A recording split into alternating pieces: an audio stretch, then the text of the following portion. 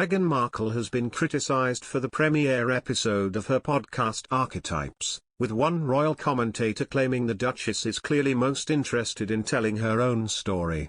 5 months after the initial announcement, Meghan Markle released the first episode of her much-anticipated podcast. The Duchess of Sussex sat down with her longtime friend and tennis champion Serena Williams for a candid conversation about the negative connotations surrounding ambitious women.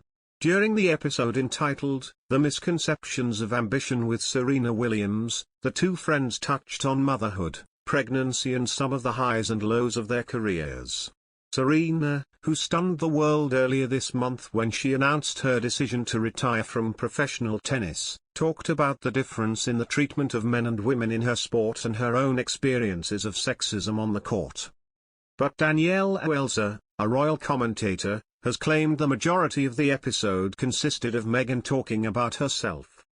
Writing for the New Zealand Herald on Wednesday, Ms. Elsa said, "The story that Meghan is clearly most interested in getting into is Meghan's story. We get to hear, again, about how she took on a sexist dishwashing detergent ad as an 11-year-old. The commentator referred to a letter the Duchess reportedly sent to American multinational consumer goods corporation, Procter & Gamble, about an advertisement she had seen for a P&G brand's dish soap. Meghan was furious when she saw the ad, which opened with the line, "Women are fighting greasy pots and pans." Addressed to the president of P&G, Meghan's letter read, "Dear Sir, last week at my school we watched the news for social studies. We saw a commercial for new Ivory Clear dishwashing liquid. In the commercial, they said women are battling grease, meaning only women do dishes. When I heard this, the boys in my class started saying, 'Yeah, that's where women belong, in the kitchen.' So I was wondering if you'd be able to change your commercial to people all over America. Thank you, Meghan Markle." Reflecting on her letter during the podcast episode, Meghan said, "I could paint this as a moment of triumph, but this experience was also something bigger, an awakening."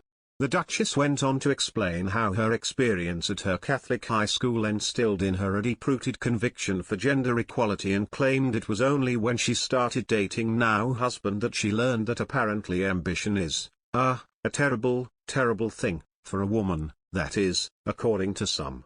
Ms. Elsa wrote, "Archetypes numero uno feels like a paint-by-numbers exercise in Sussexing, one repetition of a story the world has heard numerous times, Meghan campaigning against that ad, a couple of jabs at the firm and a whole lot of her speaking her truth in her dulcet Californian tones."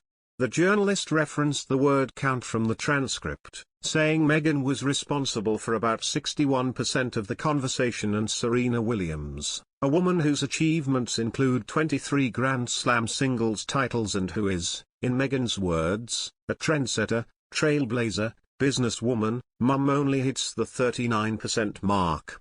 She added, "To put it another way, Meghan spoke for approximately 1.5 times more time than the woman who was there to tell her story.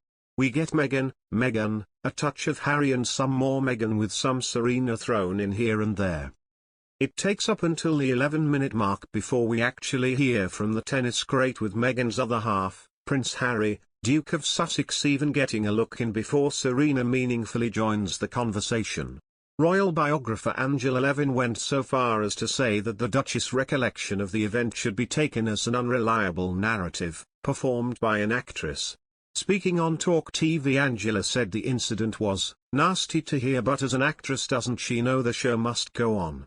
Luckily he wasn't there, but it was never leaked to the press. He wasn't there, but